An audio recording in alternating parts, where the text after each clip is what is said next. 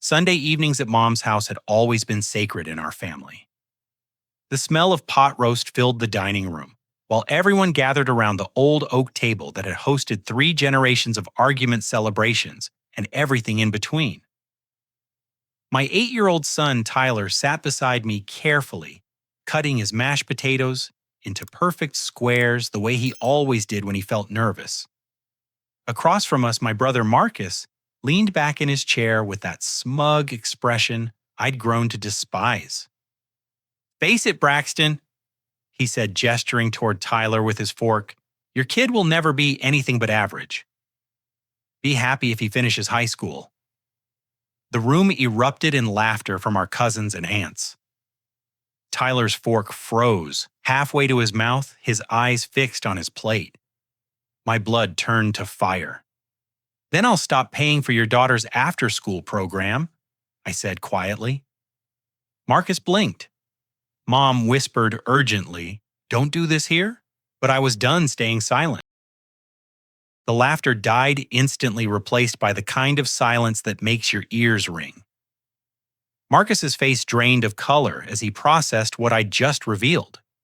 His wife Jennifer, who had arrived late from her yoga class, stood frozen in the doorway with her water bottle still in hand. "What did you just say?" Jennifer asked, her voice barely above a whisper.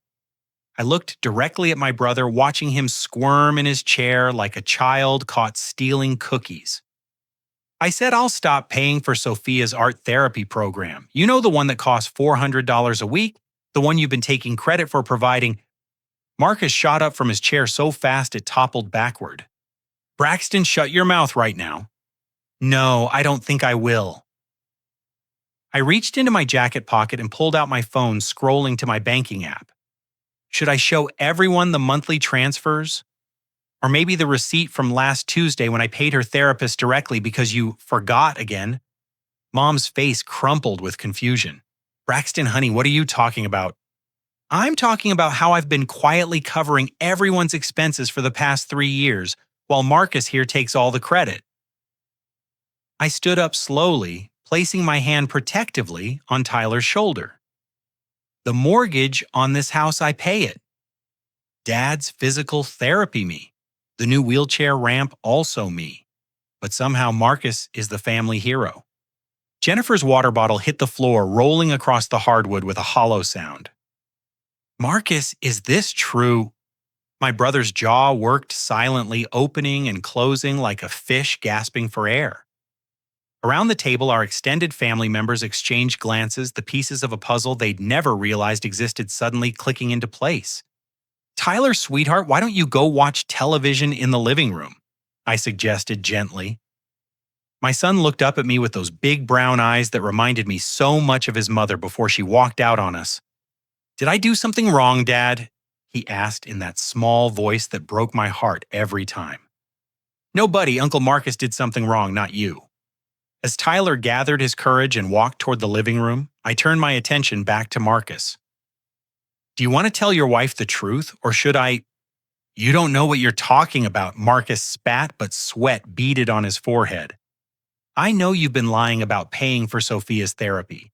I know you told everyone at Dad's birthday party that you were considering private school for her because you're doing so well financially. I know you drove Jennifer crazy last month when she couldn't understand how you were affording all these extras on a real estate agent's commission." Jennifer sank into an empty chair, her face pale. "The therapy sessions. You always handled the payments. You said your business account made it easier for taxes." "It does," Marcus said weakly. "Except he doesn't pay for them," I continued. "I set up automatic transfers 2 years ago when Sophia started having those panic attacks. Remember Jennifer? When she was drawing those disturbing pictures and the school recommended intensive art therapy?" The memory hit Jennifer like a physical blow. She'd been so worried about their daughter, so grateful, when Marcus had somehow found the money for the expensive specialized treatment. "You mean all this time? All this time your husband has been letting me pay while he took credit for being a devoted father who could provide for his family's needs." Our cousin Amanda, who had been silent until now, cleared her throat. Braxton, are you saying Marcus doesn't actually... I'm saying Marcus is broke, I said flatly. Have been for over a year. The real estate market dried up for him because he can't close deals anymore. Too many client complaints about missed appointments and sloppy paperwork. Marcus lunged forward, pointing an accusatory finger at me. You had no right to go digging into my business. I didn't have to dig. Your clients call me looking for you when you disappear for weeks at a time. Apparently, my business card is in your office as an emergency contact. Mom had been clutching her napkin throughout this exchange, twisting it into knots. Boys, please, this is Sunday dinner. Can't we discuss this privately? No, Mom, we can't. Because every Sunday dinner for the past 2 years has been built on lies. I pulled out my phone again, this time opening my email. Should I read the messages from Sophia's therapist thanking me for my consistent payments and asking if I wanted to increase the frequency of sessions? Jennifer stood abruptly, knocking her chair back. I need some air. She headed for the front door, and after a moment's hesitation, Marcus followed her.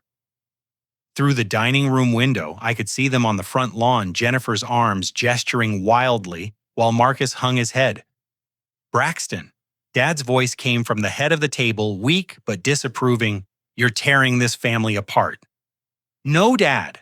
I'm just refusing to keep it glued together with my money while everyone pretends Marcus is the successful one. Aunt Carol, Mom's sister, leaned forward. Honey, we had no idea you were... Of course you didn't. Because every time someone needed help, Marcus would swoop in like the hero, offering to handle everything. And I let him because I thought family meant supporting each other quietly. Through the window, I watched Marcus grab Jennifer's arm. She yanked away from him, and their voices rose loud enough that I could hear the anger even through the glass. I should go check on Tyler, I said, but Mom caught my arm. Braxton, please, don't let this destroy our family. Our family was already destroyed, Mom. I just stopped pretending it wasn't. The front door slammed and Jennifer stormed back inside, her face streaked with tears. Marcus followed close behind, his previous smugness replaced by desperation. Tell them, Jennifer demanded, pointing at her husband. Tell them what you just told me outside. Marcus looked around the table at all the faces staring at him, waiting. His mouth opened, but no words came out. Fine, Jennifer said, then I will. Jennifer stood in the middle of the dining room, her hands shaking as she faced our family. The silence stretched like a taut wire ready to snap. My husband? She began, her voice hollow. Just confess to me that we're 3 months behind on our mortgage. Our house is in foreclosure. Gasps echoed around the table. Mom's hand flew to her chest and Dad gripped the arms of his wheelchair. Jennifer, don't, Marcus pleaded, but she held up a hand to silence him. No, Marcus, I'm done with your lies. She turned to face me directly. Braxton, I owe you an apology, a massive one. All this time, I thought my husband was this amazing provider. I bragged to my friends about how he could afford Sophia's therapy, while other families struggled. I was so proud. Her voice cracked on the last word, and she wiped her nose with the back of her hand. But that's not even the worst part, she continued. Tell them about the credit cards, Marcus. My brother's face had gone from pale to gray. He looked like he might be sick all over Mom's good china. What credit cards? Mom asked nervously. Jennifer laughed, but there was no humor in it. The 7 credit cards he maxed out trying to keep up appearances. The personal loans from 3 different banks. The money he borrowed from his business partner and never paid back. Jennifer, please, Marcus whispered. Please what? Please keep covering for you while you destroy our lives. She turned back to the table. He lost his real estate license 6 months ago. Did you know that he's been pretending to go to work every day, sitting in coffee shops and libraries because he was too ashamed to tell anyone? The revelation hit like a physical blow. Marcus without his real estate career was like a fish without water. He'd built his entire identity around being the successful brother, the one with the nice car and the expensive suits. That's impossible, Aunt Carol said. He just sold the Henderson house last month. No, he didn't. I said quietly, pieces falling into place in my mind. That was Greg Patterson's sale. Marcus just happened to be there when the client signed papers. All eyes turned to Marcus, who had slumped back into his chair like a deflated balloon. "It's not what you think," he said weakly. "Then what is it?" Dad demanded, his voice stronger than I'd heard it in months. Marcus was quiet for a long moment, staring at his hands. When he finally spoke, his voice was barely audible. "I made some bad investments. Lost some money I shouldn't have risked." "How much money?" Jennifer asked, though her tone suggested she already knew the answer would be devastating. $47,000. The number hung in the air like smoke. Jennifer sank back into her chair, covering her face with her hands. "Whose money?" I asked, though I suspected I didn't want to know the answer. Marcus looked up at me with eyes full of shame and something that might have been panic. "Some of it was ours. Some of it was borrowed." "Borrowed from who?" "Various sources." "Marcus," Jennifer said through her fingers, "tell them about the man who came to our house last week." The temperature in the room seemed to drop 10 degrees. Marcus's hands were shaking now, and he kept glancing toward the front windows as if expecting someone to appear. "What man?" Mom asked. "A debt collector," Jennifer said flatly. "Except he didn't look like any debt collector I've ever seen. He looked like someone who breaks kneecaps for a living." "Jesus Christ, Marcus," I breathed. "It's not that bad," he said quickly. "I'm working on a payment plan." "By lying to your family and letting your brother pay for your daughter's therapy while you play the big shot?" Jennifer's voice was rising again. The front door opened, and Tyler peeked his head into the dining room. "Dad, there are people outside looking at our cars." My blood ran cold. I walked quickly to the window and pulled back the curtain. Two men in dark jackets stood in our driveway, one taking pictures of license plates, while the other spoke into a cell phone. "Marcus," I said slowly, "who exactly did you borrow money from?" Before he could answer, Jennifer's phone buzzed with a text message. She looked at it and went white. "They know where we live," she whispered. "They know where Sophia goes to school." The reality of the situation crashed over me like a cold wave. This wasn't just about family drama or hurt feelings anymore. This was dangerous. "We need to call the police," I said, but Marcus jumped up. No, police. That will make everything worse." "Worse than what? Worse than having loan sharks stalking your family?" "They're not loan sharks," Marcus protested weakly. "Then who are they?" He was quiet for too long. "Marcus," Dad said, his voice deadly serious, "what have you done?" My brother looked around the room at all of us, and I saw something break behind his eyes. The careful facade he'd maintained for so long finally crumbled completely. "I borrowed money from some guys Tony introduced me to. Said they helped people in tight spots. The interest rate seemed reasonable at first." "Tony who?" Jennifer demanded. "Tony Marcelli from the casino." The words hit Jennifer like a slap. "The casino, Marcus, you promised me you stopped gambling after Atlantic City." "I did stop, mostly. This was just a few friendly games, nothing serious." "How much do you owe them?" I asked. Marcus was quiet again. "How much?" $53,000. Jennifer made a sound like she'd been punched in the stomach. Around the table, our family sat in stunned silence. "And the interest compounds weekly," Marcus added quietly. The men outside had finished with the cars and were now walking around the perimeter of Mom's house, taking pictures of windows and doors. "That's it," I said, reaching for my phone. "I'm calling 911. "Braxton, wait," Marcus said, desperation clear in his voice. "There might be another way." I paused, finger hovering over the screen. "What other way?" Marcus looked directly at me, and I saw something calculating in his expression that made my stomach turn. "You could lend me the money. You've got it. Your software company is doing great, and you've been supporting everyone anyway." The audacity of the request left me speechless for a moment. "You want me to give you $53,000 to pay off gambling debts to dangerous people?" "It would be a loan. I'd pay you back." With what you don't have a job. I'll get another license, start over. It would just be temporary. Jennifer stood up abruptly, grabbing her purse from the counter. I can't listen to this anymore.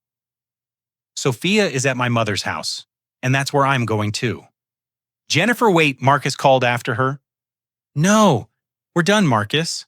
Whatever this is, whatever you've become, I can't be part of it anymore. She headed for the door, pausing only to look back at me. Braxton, I'm sorry for everything. You didn't deserve any of this. After she left the room, fell silent except for the ticking of Mom's grandfather clock. Outside, the two men had disappeared, but I knew they hadn't gone far. Boys, Mom said finally, her voice shaky. We need to figure this out together. We're family. No, Mom, I said, still staring out the window. We're not family. Family doesn't lie to each other. Family doesn't steal from each other. And family definitely doesn't put an 8-year-old boy in danger because of their bad choices. I walked into the living room where Tyler was curled up on the couch pretending to watch cartoons, but obviously listening to every word from the dining room. Come on, buddy, we're going home. Are we in trouble, Dad? He asked quietly. I knelt down beside the couch, looking into his worried eyes. No, Tyler. We're not in trouble. Uncle Marcus is in trouble, but that has nothing to do with us. As we headed for the door, Marcus appeared in the hallway. Braxton, please don't leave like this. We can work something out. I stopped and looked at my brother, really looked at him. This man who had just humiliated my son, who had been lying to our family for years, who had brought dangerous people into our lives, was asking me for help. You want to know what we can work out, Marcus? I said, quietly, aware that Tyler was listening. You can work out how to fix this mess without involving me, my son, or anyone else in this family, because I'm done cleaning up after you. I started to walk away, but Marcus grabbed my arm. What if I told everyone the truth about Tyler's mother, about why she really left? My blood turned to ice. Tyler looked up at me with confusion in his eyes. What does he mean, Dad? Marcus smiled, and it was the ugliest expression I'd ever seen on his face. Ask your daddy why Mommy ran away, Tyler. That's when I knew this wasn't going to end with us just walking away. Marcus had crossed a line that couldn't be uncrossed, and he'd done it in front of my son. The war was just beginning. The drive home from Mom's house felt like traveling through a nightmare. Tyler sat quietly in the passenger seat, staring out the window with the kind of thoughtful expression that meant he was processing everything he'd witnessed. I kept checking my rearview mirror, half expecting to see those men from the driveway following us. Dad, Tyler's voice was small in the darkness of the car. Yeah, buddy. What did Uncle Marcus mean about Mom? I pulled into our driveway and sat for a moment with the engine running, trying to find words that an 8-year-old could understand without destroying his world further. Your mom left because she wasn't ready to be a parent, Tyler. It had nothing to do with you and everything to do with her own problems. Uncle Marcus was just trying to hurt me by bringing up something painful. But why would he want to hurt you? That was the question I'd been asking myself for years.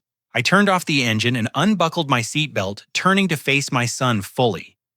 Sometimes when people are scared or ashamed, they try to make other people feel bad too. It doesn't make it right, but that's what happened tonight. Am I really average dad, like Uncle Marcus said? The question hit me like a physical blow. Here was my brilliant, creative, sensitive boy asking if he was worthless because his uncle had been cruel enough to say it in front of the entire family. Tyler, look at me. I waited until his eyes met mine. You are extraordinary. You see the world differently than other kids, and that's a superpower, not a problem. Uncle Marcus doesn't understand that because he only knows how to measure success one way. But I can't read as good as the other kids. You're right. Reading is harder for you than it is for some other kids. But you can draw pictures that make people cry happy tears. You can solve puzzles that stump adults. You remember every single detail about things that interest you. Those are gifts that most people would kill for. Tyler nodded slowly, but I could see doubt lingering in his expression. Once we were inside the house, I tucked Tyler into bed and waited until his breathing evened out into sleep. Then I went to my home office and started making phone calls, The first call was to Detective Sarah Morrison, a family friend who specialized in financial crimes. We'd gone to high school together and she'd helped me through the legal maze when Tyler's mother had abandoned us. Braxton. It's almost 10 o'clock. Is everything okay?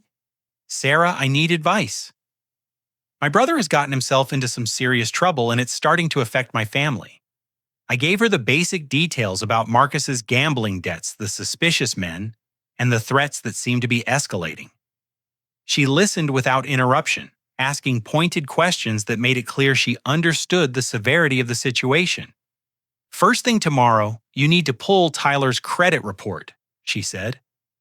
If Marcus is as desperate as you're describing, there's a good chance he's already started using family members' information for financial gain. The thought hadn't occurred to me, but it made horrible sense. He wouldn't steal from an 8-year-old. Braxton, desperate people do desperate things, and identity theft within families is more common than you'd think. After we hung up, I spent the next 3 hours on my laptop digging into Marcus's recent activities. What I found made my stomach turn. There were credit monitoring alerts in my email that I'd ignored thinking they were spam. Notifications about credit inquiries and new accounts opened in names similar to mine. A closer look revealed that someone had been using variations of Tyler's information for months. The phone rang at 6 in the morning. I'd fallen asleep at my desk, surrounded by printouts of credit reports and bank statements. Mr. Coleman. This is Janet Rodriguez from Sunrise Elementary. I'm calling about Tyler. My blood pressure spiked immediately. Is he okay? Did something happen? Tyler is fine, but we need to discuss some concerns that were brought to our attention. Your brother contacted us yesterday with some allegations about Tyler's home environment. I was wide awake now. What kind of allegations? Perhaps we should discuss this in person. Can you come in before school starts today? 30 minutes later, I sat across from Tyler's principal and guidance counselor, listening to the most ridiculous accusations I'd ever heard in my life. Mr. Marcus Coleman contacted us to express concern that Tyler isn't receiving adequate educational support at home, Principal Rodriguez explained. He suggested that Tyler's reading difficulties might be the result of neglect or lack of proper tutoring. He also mentioned that you've been struggling with stress lately and might not be in the best position to advocate for Tyler's special needs. I felt heat rising in my chest. Did he provide any evidence for these claims? The guidance counselor, Mrs. Patterson, shifted uncomfortably in her seat. He said you'd been resistant to the school's suggestions for additional testing and support services. That's completely false. I've been advocating for Tyler's needs since kindergarten. I'm the one who pushed for his learning disability evaluation. I'm the one who researches new teaching methods and brings them to your attention. We know that, Mrs. Patterson said quickly. Your involvement in Tyler's education has always been exemplary. That's why these allegations were so surprising. What exactly did my brother say? Principal Rodriguez consulted her notes. He suggested that Tyler's reading problems might be exacerbated by an unstable home environment. He mentioned that you work long hours and may not have time to provide proper supervision. The lies were so outrageous, they were almost funny, except for the fact that they could affect Tyler's placement and services. Did he mention that he's currently facing foreclosure and owes $50,000 to dangerous people? Both women looked startled. Or that he's been lying to his family about his employment status for 6 months. Mr. Coleman, Principal Rodriguez said carefully, is there some kind of family conflict we should be aware of? I spent the next 20 minutes explaining the previous night's revelations, watching their expressions change from confusion to concern to alarm. We had no idea, Mrs. Patterson said. Your brother seemed very knowledgeable about special education law and Tyler's specific needs. Of course he did. He's been listening to my phone calls with you for months and taking notes. A terrible thought occurred to me. Has Marcus been to the school recently to visit Tyler or ask questions about him? The two women exchanged glances. He stopped by last Friday, Principal Rodriguez admitted. Said he was concerned about Tyler's progress and wanted to review his file. Did you let him? He's listed as an emergency contact on Tyler's enrollment forms. We assumed he had your permission. My heart sank. What information did he have access to? Academic records, test scores, his social security number for the special services applications. I closed my eyes, feeling the web of Marcus's manipulation expanding in ways I hadn't imagined. Mrs. Rodriguez, I need you to remove Marcus Coleman from Tyler's emergency contact list immediately, and I need copies of everything he accessed last Friday. Of course, is Tyler in danger? I don't know yet, but I'm going to find out. After leaving the school, I drove straight to the police station to file a formal complaint. Detective Morrison was waiting for me with a folder full of documents that made my worst fears look optimistic. Braxton, we need to talk. What you told me last night was just the tip of the iceberg. She opened the folder, revealing bank statements, credit applications, and photographs that made my blood run cold. Your brother has been under federal investigation for 6 months. The gambling debts are real, but they're not his biggest problem. He's been running a sophisticated identity theft operation targeting elderly real estate clients. The room seemed to tilt. What are you saying? I'm saying Marcus has been using his access to client information to open fraudulent credit accounts, take out loans, and even redirect Social Security payments. The scheme has netted him over $200,000 in the past year. $200,000, but Jennifer said they were broke. They are broke. Marcus has a severe gambling addiction that's consumed every penny he's stolen and more. The $50,000 he owes to private lenders is just what he's borrowed to cover his losses this month. Detective Morrison pulled out a surveillance photo showing Marcus entering a building I didn't recognize. This was taken last Tuesday at a check-cashing business that specializes in laundering money for organized crime. Your brother isn't just in debt to loan sharks Braxton. He's become part of their operation. The implications hit me like a truck. Tyler. That's why we need to move fast. People who get involved with these organizations don't get to just walk away. And they have a habit of using family members as leverage when someone owes them money. Detective Morrison leaned forward, her expression grave. Braxton, I need you to understand something. Your brother hasn't just stolen from strangers. We have evidence that he's been using Tyler's information to establish credit accounts and take out loans. She slid another document across the table. It was a credit card application in Tyler's name, complete with his social security number and a signature that looked suspiciously like Marcus's handwriting. Tyler has 6 credit cards and 3 personal loans in his name. The total debt is approaching $30,000. I stared at the paperwork, unable to process what I was seeing. He stole from an 8-year-old. And that's not the worst part. Based on the pattern of his other activities, we believe Marcus is planning to use Tyler as collateral for his gambling debts. What does that mean? Detective Morrison's next words changed everything. It means your brother might be planning to sell your son. The words "sell your son" echoed in my head like a death sentence. I gripped the edge of Detective Morrison's desk until my knuckles turned white, trying to process the unthinkable. That's impossible, I whispered. He's family. Braxton, look at me. Sarah's voice was gentle but firm. Family means nothing to people who are desperate enough. We've seen cases where parents have sold their own children to pay off debts. An uncle doing it to a nephew isn't that much of a stretch. She pulled out another folder, this one thicker than the first. We've been building a case against Marcus for months, but we needed more evidence before we could move. His activities last night at your mother's house accelerated our timeline. You were watching him. We've had him under surveillance since March. The real estate fraud was bad enough, but when we realized he was targeting family members for identity theft, it became a federal case. Sarah opened the folder, revealing photographs that made my stomach lurch. Pictures of Tyler walking to school, playing in our backyard, getting into my car, all taken with a telephoto lens from a distance. Marcus has been documenting Tyler's daily routine for weeks. School schedule, after-school activities, the route you take to and from your house. This isn't random photography. Why would he need that information? Because the people he owes money to don't just want cash. They want collateral they can leverage. A vulnerable child with no other parent in the picture makes perfect leverage. The room started spinning. I thought about Tyler sleeping peacefully in his bed this morning, completely unaware that his own uncle was planning to use him as a bargaining chip with criminals. There's more, Sarah continued. We intercepted communications between Marcus and a man named Vincent Torino. Torino runs a human trafficking operation that specializes in debt collection. She showed me printed text messages that made my blood freeze. Kid is 8, no mother and picture father works long hours.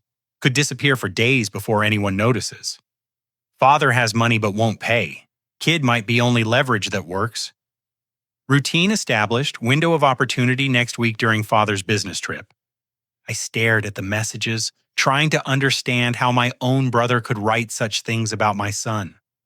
What business trip? I asked, confused. According to these messages, Marcus told them you're traveling to Seattle next week for work. I'm not traveling anywhere. Sarah's expression darkened. Then he's planning to create a situation where you can't protect Tyler. The implications hit me like a physical blow. He's going to hurt me. Or worse. Braxton, these people don't leave witnesses to their operations. My phone buzzed with a text message. It was from Marcus. We need to talk. Meet me at Riverside Park in 1 hour. Come alone. Sarah read the message over my shoulder. Don't go. I have to. If there's any chance of stopping this. It's a trap. The park is isolated, no security cameras, plenty of places for an ambush. Then what do we do?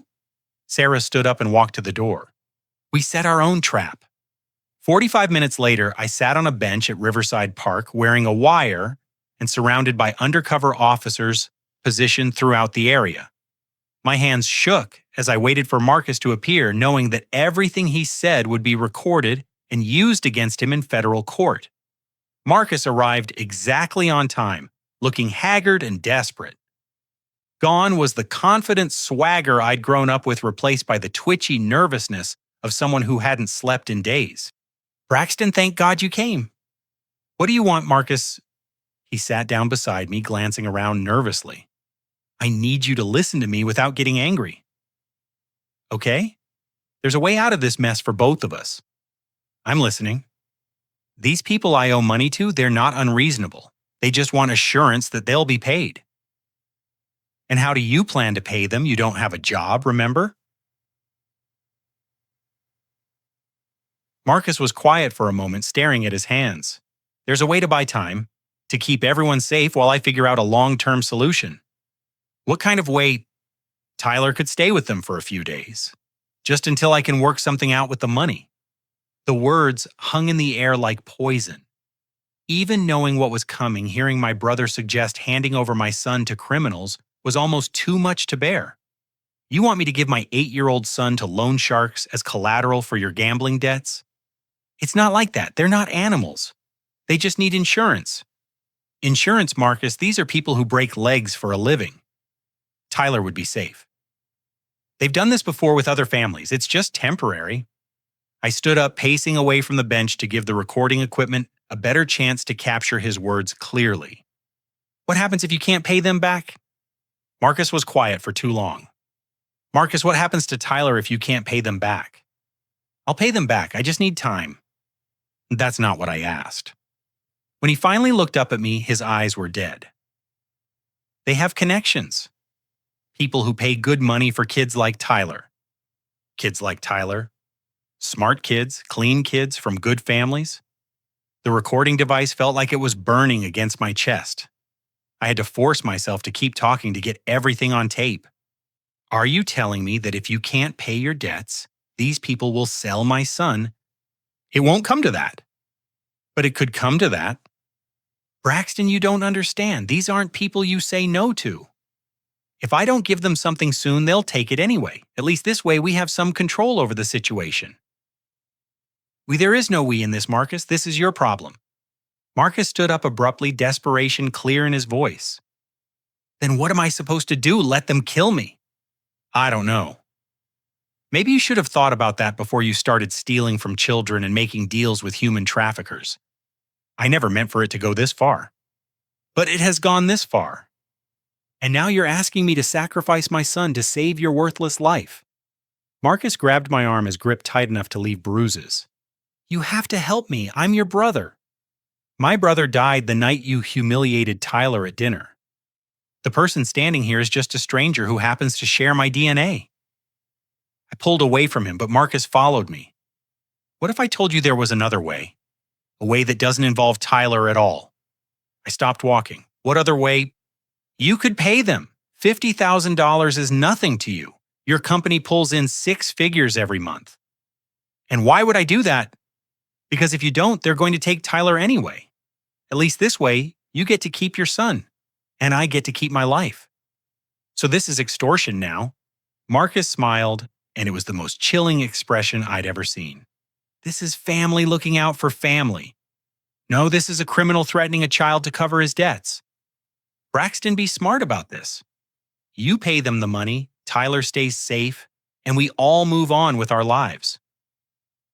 And when you gamble away that money too, do I pay them again? It won't happen again. How many times have you said that, Marcus? How many promises have you broken? Marcus's expression darkened. You think you're better than me? You think your money makes you superior? I think my money is the only thing standing between Tyler and a nightmare that you created. Your precious Tyler isn't as innocent as you think he is. What's that supposed to mean? Ask him about the pictures he's been drawing at school, the ones that show Daddy getting hurt. My blood went cold. How do you know about Tyler's artwork? I know lots of things about Tyler. I know his schedule, his fears, his dreams. I know which window is his bedroom and how easy it would be for someone to climb through it at night. The threat was clear and unmistakable. I looked directly at Marcus, making sure the wire picked up every word. Are you threatening to hurt my son? I'm telling you what will happen if you don't help me solve this problem. And I'm telling you that if you or anyone else touches Tyler, I will destroy you completely. Marcus laughed, but there was no humor in it. With what your computer skills your bank account? These people eat guys like you for breakfast. Maybe, but they've never dealt with a father who has absolutely nothing left to lose. I started walking toward my car, but Marcus called after me. You have 24 hours to decide. After that, the decision gets made for you. I didn't look back, but I knew the recording devices had captured everything. Marcus had just confessed to extortion conspiracy and making terrorist threats against a child. As I drove away from the park, Sarah's voice crackled through my earpiece. We got it all. That was enough to arrest him right now. Then why aren't you? Because we want the whole network. If we arrest Marcus now, the people he's working with will disappear and Tyler will never be truly safe. So what's the plan? We let Marcus think he's won. We set up the exchange and catch everyone involved. Using Tyler as bait. Using you as bait. Tyler won't be anywhere near the operation. As I pulled into my driveway, I saw Tyler's face in the front window watching for me to come home. He waved and smiled, completely unaware that his innocence was the target of a conspiracy that reached further than I'd ever imagined. Tonight I would tuck him into bed and read him a story like always. But tomorrow we would begin the most dangerous game of our lives. The next morning, I dropped Tyler off at school with a security detail that he thought were substitute teachers. Detective Morrison had arranged for undercover officers to monitor the building while I met with the FBI task force that had been tracking Marcus's criminal network. Special Agent David Chen spread out a detailed map of the city on the conference table, marking locations with red pins. Your brother's operation is more sophisticated than we initially realized, he explained. He's been feeding information to a human trafficking ring that operates in 6 states. They use legitimate businesses as fronts, restaurants, shipping companies, even a daycare center. I stared at the daycare center location, feeling sick. Children, mostly teenagers, but they're not above taking younger kids if the price is right. Your son would be considered premium merchandise because of his age and background. Agent Chen pulled out surveillance photos of several men I didn't recognize. These are Marcus's contacts. Vincent Torino runs the operation locally, but he answers to people in Chicago who we've been trying to catch for 3 years. What's the plan? We wire you with video and audio equipment. You meet with Marcus and agree to pay the money. When he takes you to the exchange point, we arrest everyone involved. Detective Morrison leaned forward. The risk is that if something goes wrong, they might try to grab Tyler as leverage. That's why Tyler won't be at school today after lunch, Agent Chen said. We're moving him to a safe house until this is over. A safe house for how long? Could be days, could be weeks. Depends on how long it takes to roll up the entire network. The thought of Tyler being hidden away from his normal life because of Marcus's choices made me furious all over again. There's something else, Agent Chen continued. We believe Marcus has been planning this for longer than we thought. We found evidence that he's been researching your financial assets for over a year. He handed me a folder containing bank statements, tax returns, and property records, all of my personal financial information. How did he get access to this? We're still investigating, but it appears he may have had inside help. Someone with access to your accountant's office or your bank. The betrayal kept expanding in ways I hadn't anticipated. Not only was Marcus targeting Tyler, but he'd recruited other people to help him do it. My phone rang. It was Marcus. Answer it, Agent Chen instructed, but stick to the script we discussed. Marcus, have you thought about our conversation yesterday? Yes, I'll pay the money. There was a pause and I could hear voices in the background. Marcus wasn't alone. Good, meet me at the warehouse district on 5th Street tonight at 8 o'clock. Bring cash. $50,000 in cash. Where am I supposed to get that on short notice? That's your problem to solve. And Braxton, come alone. If I see any cops or if you try anything clever, Tyler will disappear before you can blink. The line went dead. Agent Chen was already on his radio coordinating with surveillance teams. He's at a location with multiple people, I said. This isn't just Marcus anymore. We know. We've been tracking his movements since yesterday. He's been in and out of 3 different locations meeting with people who are definitely not his usual real estate contacts. Detective Morrison looked at her watch. We have 8 hours to set up the operation. Braxton, are you sure you want to do this? Do I have a choice? You could take Tyler and disappear. Witness protection, new identities, start over somewhere else. The offer was tempting, but I knew it wouldn't solve anything. Marcus and his criminal friends would just find other victims, other families to destroy. No, we finish this tonight.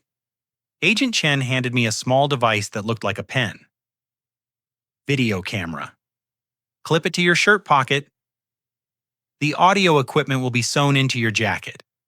What if they search me? They will search you. The equipment is designed to look like normal clothing components. As long as you don't tell them it's there, they won't find it. The rest of the day passed in a blur of preparation and anxiety. I called my office and canceled all my meetings, telling my assistant that I was dealing with a family emergency. The irony wasn't lost on me. At 5 o'clock, I picked up $50,000 in cash from my bank stuffed into a duffel bag that felt heavier than it should have. The bank manager had insisted on calling the FBI to verify that I was authorized to withdraw such a large amount, which led to an awkward conversation about ongoing federal investigations. As evening approached, I found myself thinking about Tyler more than the money or the danger. He was safe in protective custody, probably wondering why strange adults kept asking him about his favorite foods and TV shows. After tonight, would he ever feel truly safe again? Agent Chen called at 7:30. All teams are in position. Remember, your job is to get them talking about their operation while the cameras are recording. The more evidence we gather, the longer we can put them away. What if something goes wrong? Something will go wrong. These operations never go exactly as planned. When it does, just remember that your only job is to survive until we can get to you. At 7:45, I drove toward the warehouse district with my heart pounding so hard I could hear it over the radio chatter in my earpiece. The duffel bag sat in the passenger seat like a ticking bomb. The warehouse Marcus had chosen was at the end of a dead-end street surrounded by abandoned buildings and empty lots. Perfect for an ambush, terrible for a rescue operation. Marcus was waiting in the parking lot with 3 men I'd never seen before. One was enormous, easily 6.5 feet tall, with arms like tree trunks. Another was thin and nervous, constantly checking his phone and glancing around. The third man was older, well-dressed, and radiated the kind of quiet confidence that came from being in charge. "Braxton," Marcus called out as I approached. "Did you bring the money?" I held up the duffel bag. 50,000, just like you asked. The well-dressed man stepped forward. "I'm Vincent Torino. Your brother has told me a lot about you." I wish I could say the same. Torino smiled, but it never reached his eyes. "Marcus says you're a smart businessman, smart enough to understand when you're in over your head. I understand that my brother made some bad choices and now I'm cleaning up his mess." "It's more than that, though, isn't it? This is about protecting your family." I felt the hidden camera recording every word. "This is about paying a debt so dangerous people leave my son alone." "Your son," Torino repeated thoughtfully. "Tyler, right, 8 years old, goes to Sunrise Elementary, loves to draw pictures." "How do you know that?" "We know a lot of things, Mr. Coleman. We know you work late most nights. We know Tyler walks home from school the same way every day. We know his bedroom window doesn't have a security sensor." The threats were clear and recorded. I forced myself to stay calm. "I brought the money. Take it and leave my family alone." Torino laughed. "Money is just the beginning of our relationship. You see, Marcus has been telling us about your business, your income, your resources." "What are you talking about?" Marcus stepped forward and I saw something in his expression that made my stomach drop. "Braxton, meet your new business partners." "I don't need business partners." "You do now," Torino said. "Your software company is going to help us move money around the country. Clean money in, clean money out, with a nice digital trail that leads nowhere." The scope of their plan hit me like a freight train. They didn't just want the $50,000. They wanted to turn my legitimate business into a front for money laundering. "And if I refuse, then Tyler becomes our insurance policy until you change your mind." Torino gestured to the large man who opened the back of a van parked nearby. Inside was a small cage just big enough for a child.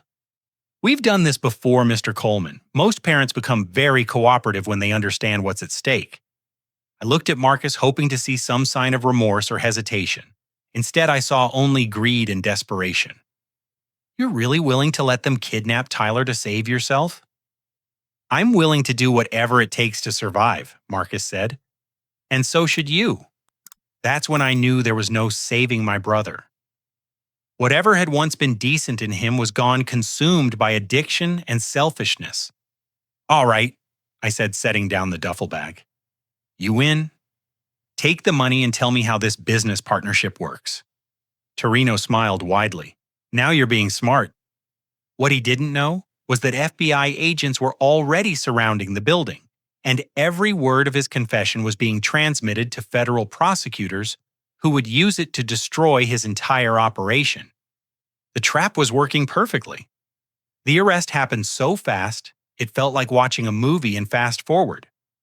One moment, Torino was explaining how my company would launder money for his organization, and the next moment, the warehouse was flooded with FBI agents shouting commands. Federal agents, everyone on the ground. The large man reached for something in his jacket, but 3 agents tackled him before he could draw whatever weapon he'd been carrying. The nervous man tried to run toward the back exit, but found more agents waiting for him there. Marcus stood frozen in place, his mouth opening and closing like a fish gasping for air. When the agents cuffed him, he finally found his voice. "Braxton, what did you do?" "I protected my son from his psychotic uncle and a bunch of human traffickers." Torino was surprisingly calm as they read him his rights, almost like he'd been expecting this outcome. "This isn't over, Coleman. We have friends you've never heard of." "Tell it to your cellmate," I said, removing the hidden camera from my shirt pocket and handing it to Agent Chen. The next 6 hours were a blur of statements, evidence review, and debriefings. By the time I was allowed to leave the federal building, it was almost 3 in the morning and I was emotionally drained. Tyler was asleep at the safe house, curled up on a couch with a stuffed dinosaur the agents had bought him. He looked so small and peaceful that I almost couldn't wake him up. Dad, his voice was groggy with sleep. Are the bad men gone? Yeah, buddy, the bad men are gone.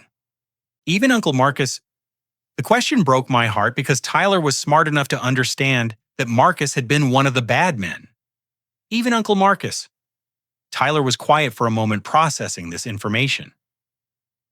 Does that mean we can go home now? Yes, we can go home. The drive back to our house felt like returning from a war. Everything looked the same, but I knew nothing would ever really be the same again. Marcus's betrayal had shattered something fundamental about how I understood family loyalty and trust. Over the next few days, the full scope of Marcus's crimes became clear.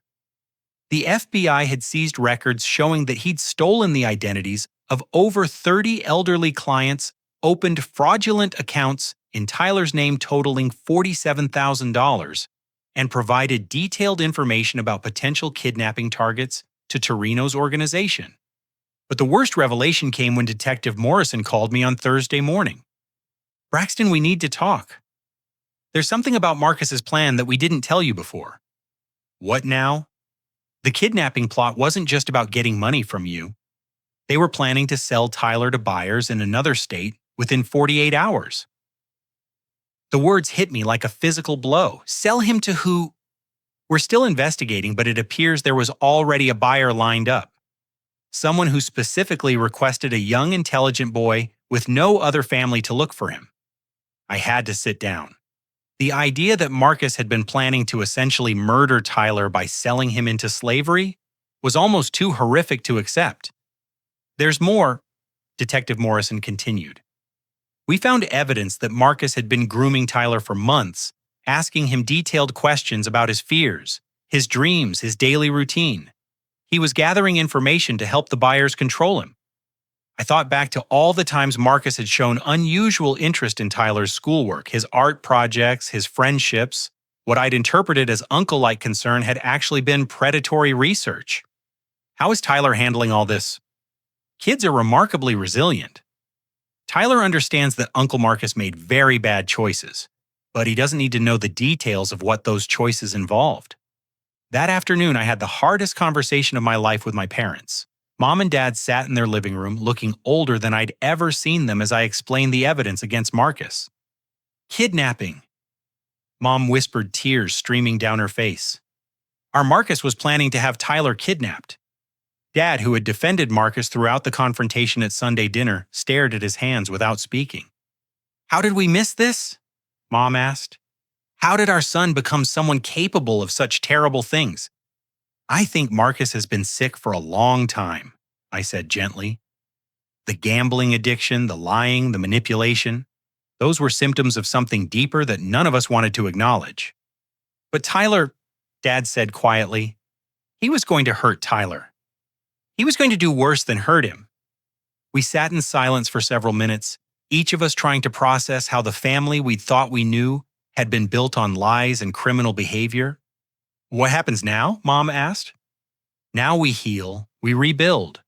We create the kind of family that Tyler deserves to grow up in. Will you forgive us, Dad asked suddenly, for not believing you at dinner that night? Dad, you didn't know what Marcus was capable of. None of us did. But we should have trusted you. You've been supporting this family for years, and we let Marcus take credit while treating you like the outsider. Mom nodded through her tears. All those times he said he was paying for things, all those times he acted like the successful son. We wanted to believe it so badly that we ignored the truth. Over the following weeks, our family slowly started to rebuild itself on a foundation of honesty instead of lies. Mom and Dad insisted on paying me back for all the money I'd spent supporting them, even though I tried to tell them it wasn't necessary. It is necessary, Dad said firmly. We need to know that we're contributing to this family instead of just taking from it. Jennifer divorced Marcus and moved back to her hometown with Sophia. She called me before she left, apologizing again for not seeing who her husband really was. I should have questioned how he could afford Sophia's therapy, she said. I should have wondered why he was always so secretive about money. I let myself believe his lies because the truth was too scary to face. Jennifer, you were a victim too, Don't blame yourself for trusting your husband. Will you tell Tyler that Sophia misses him, that none of this was his fault? Of course. The trial began 6 months later. Marcus pleaded guilty to identity theft conspiracy to commit kidnapping and money laundering in exchange for a 15-year sentence. He never apologized, never showed remorse, never asked about Tyler's well-being.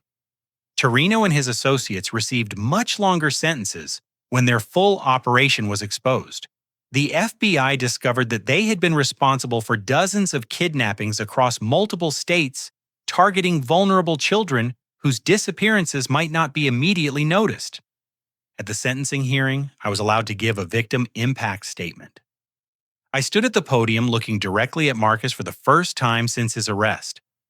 Your Honor, my brother didn't just commit crimes against strangers. He targeted his own nephew, an 8-year-old boy who loved and trusted him. He turned family gatherings into opportunities for surveillance. He used his knowledge of our family's dynamics to identify weaknesses he could exploit. Marcus wouldn't meet my eyes. But the worst part isn't what he did to Tyler. The worst part is that he convinced himself it was justified. He created a fantasy world where his gambling addiction and criminal behavior were everyone else's fault, where his victim was somehow responsible for his crimes. I paused, making sure my next words were clearly recorded. Tyler is thriving now. He's reading at grade level, his artwork has won school competitions, and he's making friends who appreciate his unique perspective on the world. He's everything Marcus said he could never be, and he's achieved it without any help from the uncle who tried to destroy him. After the hearing, Tyler and I walked out of the courthouse together into bright sunshine. He'd grown 3 inches since the night of our family's destruction and reconstruction, and his confidence had grown even more. Dad, he said as we got into the car, I'm glad Uncle Marcus can't hurt anyone else's kids. Me too, buddy. Do you think he'll ever say he's sorry? I considered lying protecting Tyler from the harsh reality that some people never feel genuine remorse for their actions. But our family's new foundation was built on honesty. I don't think so, Tyler. I think Uncle Marcus is too sick to understand how much he hurt people. Tyler nodded thoughtfully. That's sad for him. Yeah, it is sad for him. As we drove home, I realized that Tyler had developed something Marcus never possessed: the ability to feel genuine empathy, even for people who had hurt him. That was the difference between my son and his uncle. Tyler's difficulties with reading hadn't damaged his capacity for compassion, while Marcus's apparent strengths had hidden a complete absence of basic human decency. Our family would never be the same, but it would be better. Built on truth instead of lies, support instead of exploitation, and love instead of manipulation. And Tyler would grow up knowing that the people who claimed to love him actually meant it. 2 years after Marcus's sentencing, I stood in the auditorium of Tyler's elementary school, watching my son receive the State Young Artist Award for his painting titled Finding the Light. The canvas showed a small figure emerging from darkness into brilliant sunshine with brush strokes that seemed to dance with hope and possibility. Tyler had become everything Marcus said he never could be, and more than I had ever dared to dream. His reading had improved dramatically with specialized tutoring, but more importantly, his confidence had blossomed like a flower finally getting enough sunlight. Ladies and gentlemen, the principal announced Tyler Coleman's artwork was selected from over 3,000 submissions across the state. His teacher describes his work as emotionally sophisticated beyond his years, and notes that Tyler often uses his art to help other students express difficult feelings. I felt tears of pride welling up in my eyes as Tyler walked across the stage to accept his award. In the audience, Mom and Dad beamed with the kind of genuine joy that had been missing from our family for so many years. After the ceremony, we gathered at our favorite restaurant to celebrate. The difference in our family dynamics was remarkable. Conversations were real instead of performative support, flowed naturally instead of being demanded or manipulated, and everyone contributed according to their ability instead of taking advantage of others' generosity. Tyler, Mom said as we looked at his award certificate, I owe you an apology. For what, Grandma? For not standing up for you that night at dinner when Uncle Marcus said those terrible things. I should have told him he was wrong immediately. Tyler considered this seriously. At 10 years old, he had developed an emotional maturity that amazed everyone who knew him. You were probably shocked, he said finally. Sometimes when people say really mean things, it takes time to process how mean they were. Mom's eyes filled with tears. You're right, sweetheart. But being shocked isn't an excuse for letting someone hurt you with words. Uncle Marcus was wrong about everything, Tyler said matter-of-factly. Dad says people who are really hurting inside sometimes try to make other people hurt too. That's exactly right, Dad agreed from across the table. And you know what Uncle Marcus lost the chance to watch you become this amazing artist in person. That's his loss, not yours. The conversation moved on to lighter topics, but I noticed how naturally Tyler had processed Marcus's betrayal without letting it poison his view of the world or his faith in family bonds.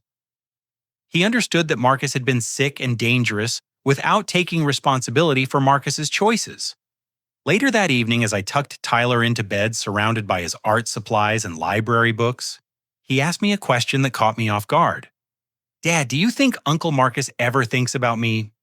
I don't know, buddy. Why do you ask? I was wondering if he ever feels sorry for trying to hurt our family. I sat on the edge of his bed, choosing my words carefully. Tyler, some people can't feel sorry for their actions because their thinking is too damaged by addiction or selfishness. Uncle Marcus might think about you, but probably not in the way that would make him want to apologize. That's sad. Yes, it is sad. But you know what's not sad? The fact that you can still feel sorry for him even after what he did. That shows you have a heart that's strong and healthy. Tyler smiled. Ms. Rodriguez says my heart shows in my artwork. She says that's why people like looking at my paintings. Ms. Rodriguez is very smart. Dad? Yeah. I'm glad the bad men didn't take me away. Me too, buddy, me too. As Tyler drifted off to sleep, I reflected on the journey that had brought us to this moment. Marcus was serving his 15-year sentence at a federal prison in Pennsylvania.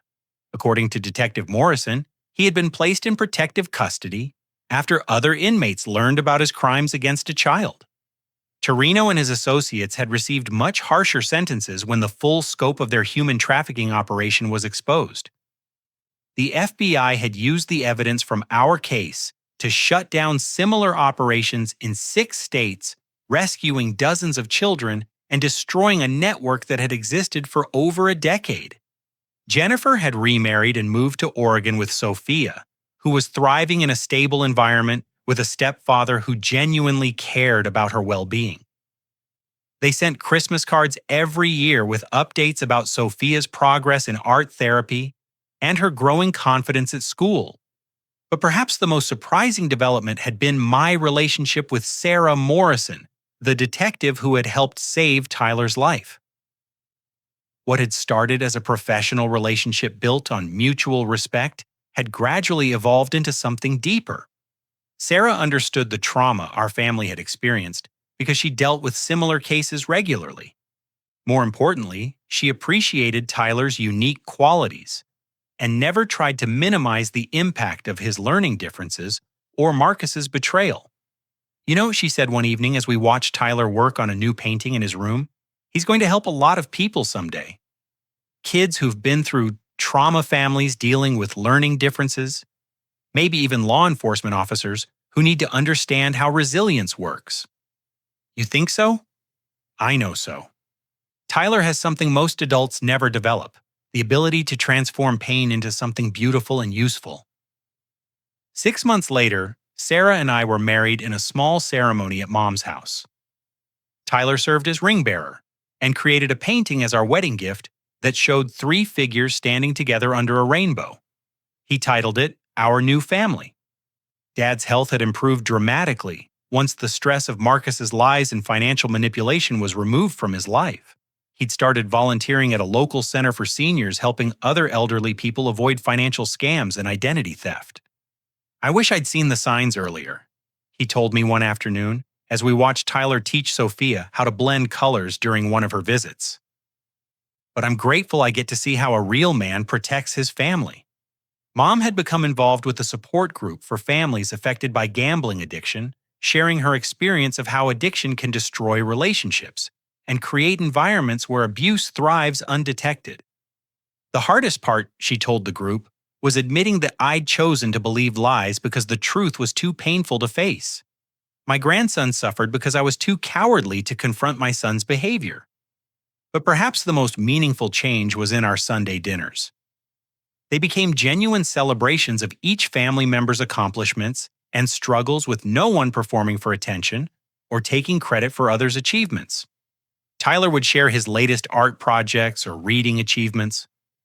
Mom would talk about her volunteer work and the families she'd helped protect from financial predators. Dad would describe his physical therapy progress or new friendships at the senior center. Sarah would share interesting cases that didn't involve confidential information, and I would talk about my business and the new software projects I was developing. Most importantly, when someone was struggling, the family rallied to provide support instead of judgment or exploitation. The scholarship fund I'd established in Tyler's name had grown into a significant program that provided educational support for children with learning differences. Tyler insisted on being involved in the selection process, reviewing application essays and artwork from potential recipients. "I like this one," he said one afternoon, showing me a drawing from a 7-year-old girl who struggled with dyslexia. "She draws feelings the same way I do." "What do you mean?" "See how the sad parts are dark, but there's always light somewhere. That means she knows how to find hope even when things are hard." Tyler's ability to recognize resilience and hope in other children made him an invaluable part of the scholarship selection process. Recipients often asked to meet him, and he became a mentor to younger kids who were dealing with similar challenges. 3 years after Marcus's conviction, Tyler and I received an unexpected letter. It was from Marcus writing from prison. "Dear Braxton and Tyler," it began, "I have been in therapy for 2 years trying to understand how I became someone capable of hurting the people I was supposed to love and protect." The letter went on to describe Marcus's journey through addiction treatment therapy for antisocial behavior and gradual recognition of the damage he'd caused to our family. "I don't expect forgiveness," he wrote. "I don't deserve it. But I wanted Tyler to know that none of what happened was his fault. And I wanted Braxton to know that the strength and love you showed in protecting your son has inspired other inmates who are trying to become better fathers themselves." Tyler read the letter carefully, then asked if he could write back. "What would you want to say to him?" I asked. "I want to tell him that I hope he gets better, but that he can't be part of our family anymore because it's not safe." That sounds like a very wise response. Tyler's letter to Marcus was brief but profound. "Uncle Marcus, I hope the doctors can help fix the sick parts of your brain. I forgive you because holding anger hurts me more than it hurts you. But Dad is right that you can't come around our family anymore because trust is too important to risk. I will pray that you learn how to make good choices. Love, Tyler." Marcus never wrote back, but according to Detective Morrison, he'd had Tyler's letter framed and hung it in his cell. Apparently, it was the only personal item he'd displayed in 3 years of incarceration. On Tyler's 12th birthday, he surprised me with a request. "Dad, I want to start a program at school for kids whose families have been hurt by crime." "What kind of program?" "Like art therapy, but also talking about how families can heal when someone they trusted does something really bad." The idea was brilliant. Tyler had lived through family betrayal and emerged stronger, and he wanted to help other children navigate similar trauma. "I think that's a wonderful idea, Tyler, but why is this important to you?" "Because I know what it feels like when someone you love tries to hurt you. And I know what it feels like to have a dad who fights to protect you. Other kids need to know that both things can be true, that some people in your family might be dangerous, but other people in your family will keep you safe." Tyler's program became a model that was adopted by schools across the state. He called it Finding the Light after his award-winning painting, and it combined art therapy with peer support for children dealing with family trauma. At 13, Tyler was invited to speak at a conference for law enforcement officers about recognizing signs of child exploitation within families. The hardest part, he told the audience, isn't the scary stuff that happens. The hardest part is wondering if it was somehow your fault. Kids need adults to tell them very clearly that when grown-ups make bad choices, it's never because of something the kid did wrong. The audience of seasoned detectives and federal agents gave him a standing ovation. That evening, as we drove home from the conference, Tyler asked me a question that showed how much he'd grown. "Dad, do you think I would have become an artist if Uncle Marcus hadn't tried to hurt us?" "What do you think?" "I think maybe I would have made pretty pictures, but I wouldn't have learned how to make pictures that help people feel less alone." "That's probably true. But I want you to know that your art was always special even before all this happened. Uncle Marcus's crimes didn't create your talent. They just gave you deeper experiences to express through your talent." "I know, but I'm glad I can use what happened to help other kids." "Me too, buddy, me too." As we pulled into our driveway, I realized that Tyler had accomplished something remarkable. He'd taken the worst experience of his childhood and transformed it into a source of strength and compassion that was already making the world better for other children. Marcus had been wrong about everything. Tyler wasn't average. He was extraordinary. He hadn't just finished high school. He was already changing lives and would undoubtedly continue doing so for decades to come. But most importantly, Tyler had learned the most valuable lesson anyone can learn: that love means protecting people, not exploiting them, and that real family bonds are built on trust, honesty, and mutual support.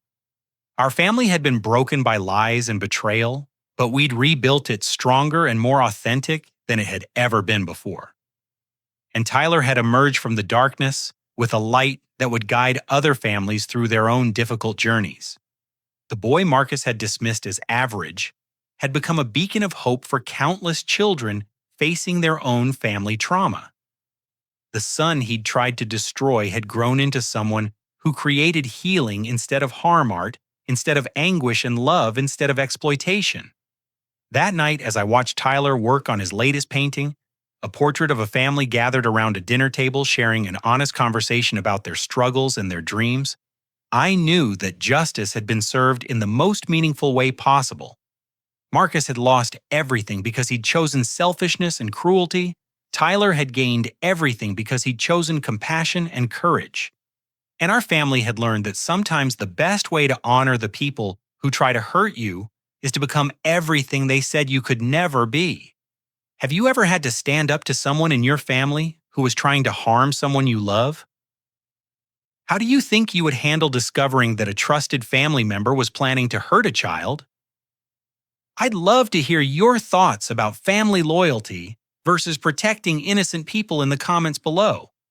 If this story touched your heart or reminded you of the importance of standing up for vulnerable family members, please hit the like button and subscribe for more stories about overcoming family trauma and finding strength in unexpected places.